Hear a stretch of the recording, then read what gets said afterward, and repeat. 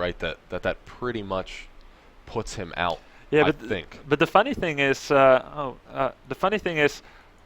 will every player react with a strategy that theoretically would have beaten the previous game's strategy of the opponent? Yeah, because that's automatically assuming that your opponent is going to do the same thing again. And MC, he countered the first game strat with his second game build. Funnily enough. And it still worked. It still worked, because Huck was roughly on the thing. same thing. 3 gate stalkers. Okay, this time he had Blink. Instead Blink, yeah.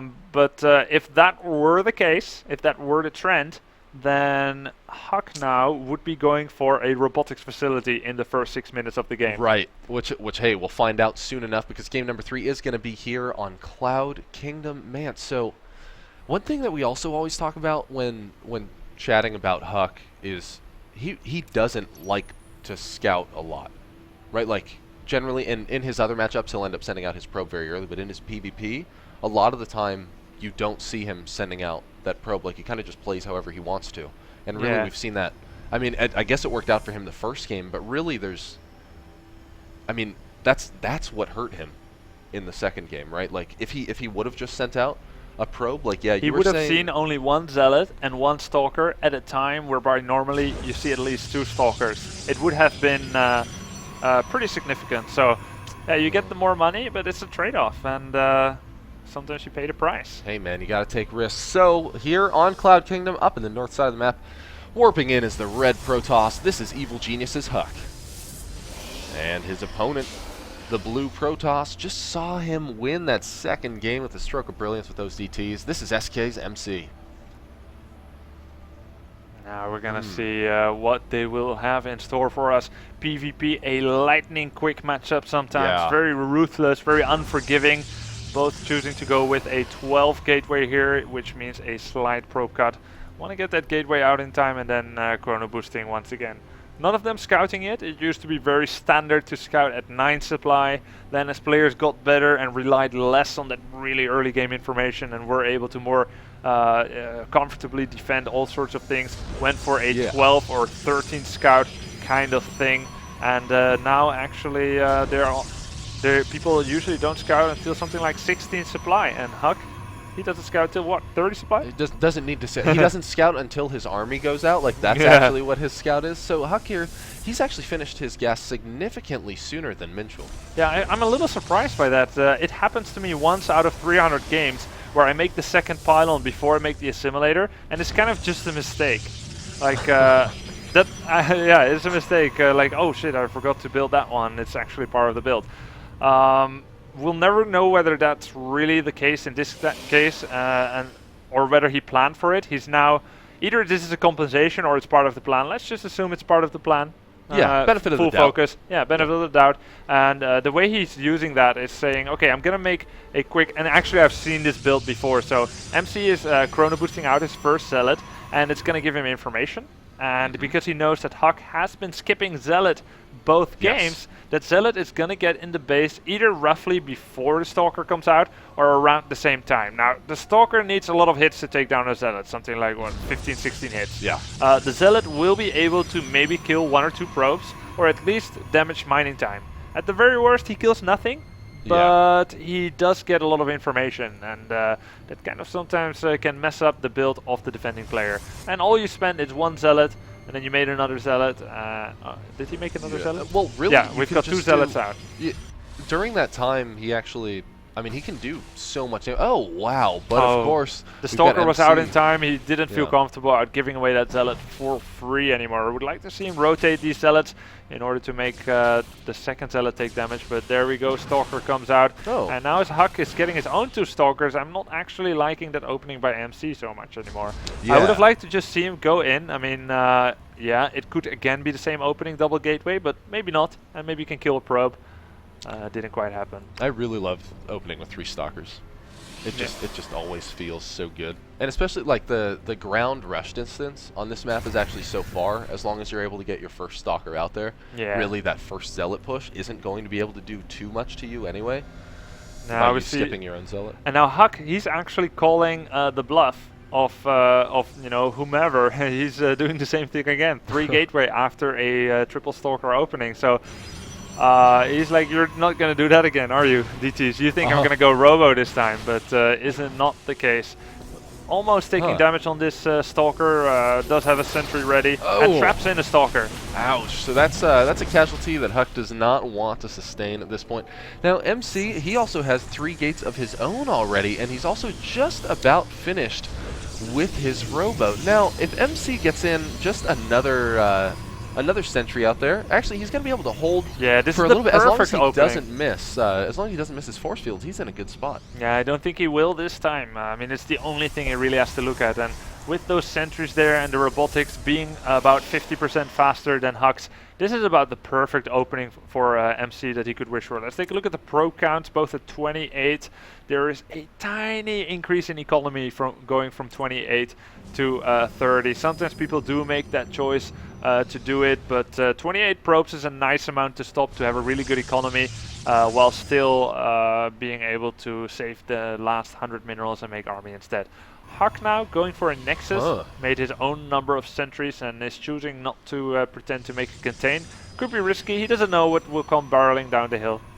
Yeah, and actually now he's not going to have too much information over here. Actually, let's see. He is getting that observer out, so it's going to take a little while for him to get over there. But, I mean, what do you think? If MC just keeps making units, I mean, will Huck even be able to have enough to stop an assault from MC? We see MC going in for his Robo support bay. Yeah, if MC just made units and attacked, it would be fine for Huck, because he's relying on sentries for defense, and if there's no Archon or Colossus on the field, sentries are about just as good in PvP defensively as they are in other matchups, like against Roaches and against Terran without Medivacs. So that's pretty good. So very good. Yeah, so very good. I mean, you got 1 force field to block this off, 3 force fields in this area will already discourage the opponent not to go through it. So lots of Zealots here for MC, and he's going for Colossi. Huck's Colossus is at the same time as MC, so he's going to have the same amount of Colossus defensively as MC will have aggressively. The only difference here is in the amount of gateway units. MC is ahead 400, and he needs that 400. But Huck is making this really strong play. If he's able to cut off a couple of these two down, that's almost the army differential that MC requires already cancelled out. Ooh. Oh, no, man. Oh, well, surprising that Huck didn't micro that just a little bit more. Now, I think one of the pylon got lost, I think, as we saw MC push down into that 3rd area. He took out the one that was out there. But MC has placed a forward pylon up here, and now it's looking like MC is going to trigger for an all-out assault now that his Colossus is finished. Yeah, and we've got 5 more workers for Huck. He has to completely stop probe production now. He has to use all his chrono boost, not just on his robotics facility, but on all his gateways. Yes. And we see he does not have a lot of energy on his Nexi. Now, by the time that MC gets over here, I think that Huck's actually going to have 1 extra Colossus. Yeah, you're right. He will have 2 Colossus, and he's engaging part of MC's army. This is really, really good for Huck right now. But now the second part of the army comes in for MC, and will Huck be able to hold? Second Colossus not quite in the field yet, and there's just so many Zealots for MC here. Colossus are good against it, however, and if he can keep this Colossus alive, no he can't, and now Huck is on only 40 supply. And this is the kind of all-in that is so dangerous when you're going kind of low unit, high probes, and this is just terrible for Huck. He's now forced to pull probes off the line. Just didn't have enough gateway units, and even though the start of the engagement looked good for him, and now he's taking down the Colossus, there's just a lot of units left for MC here. Man, that's pretty painful for Huck there going into this game, man. He's got to be not terribly happy with that. Taking that Nexus was a rough decision. Yeah, I mean, he needed to be taking that Nexus in a situation whereby your opponent doesn't do it is, of course, it's a decision which can be defended. Both the decision can be defended and the Nexus can be defended. But you need to almost make no extra probes at all. So you just use the Nexus. Split for saturation until you split for saturation. You're gonna have 100, 200, 220 minerals more per minute, and that's enough. But he also made 5 extra probes than his opponent. Okay. That's another 250 minerals. So now you're speaking of not just a 400 mineral investment, but a 650 mineral investment, which you somehow need to earn back. Yeah, now you have to be able to survive for an extra 3.5 minutes to even pay for that. That's right. And then with him being caught basically in the middle of two armies, it also meant that he was fighting 20 seconds earlier than he might have had. Now, I'm not going to say that he would have won the fight if he had held back a bit, but let's just look at the facts. The second Colossus was not really part of the main portion of the fight yet, so that means another 300 minerals are not being used for direct combat.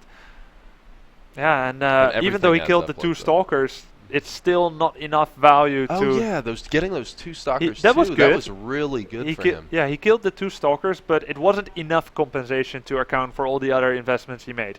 If MC waited another minute, maybe, but unfortunately Huck lost this one. Good news for MC fans and for MC himself, obviously, definitely deserved to win this game. Had a good reaction to Huck's continuously more or less similar openings. In the second game, punished it with DTs, and in the last one with a defensive 3-gate and faster robotics facility. Yeah, so MC did a great job there. And now coming up next here at the MLG Spring Arena #1, we are going to be coming back with Marine King versus Hart. I'm Rob Simpson, this is Grubby. Keep it locked for more StarCraft 2 action.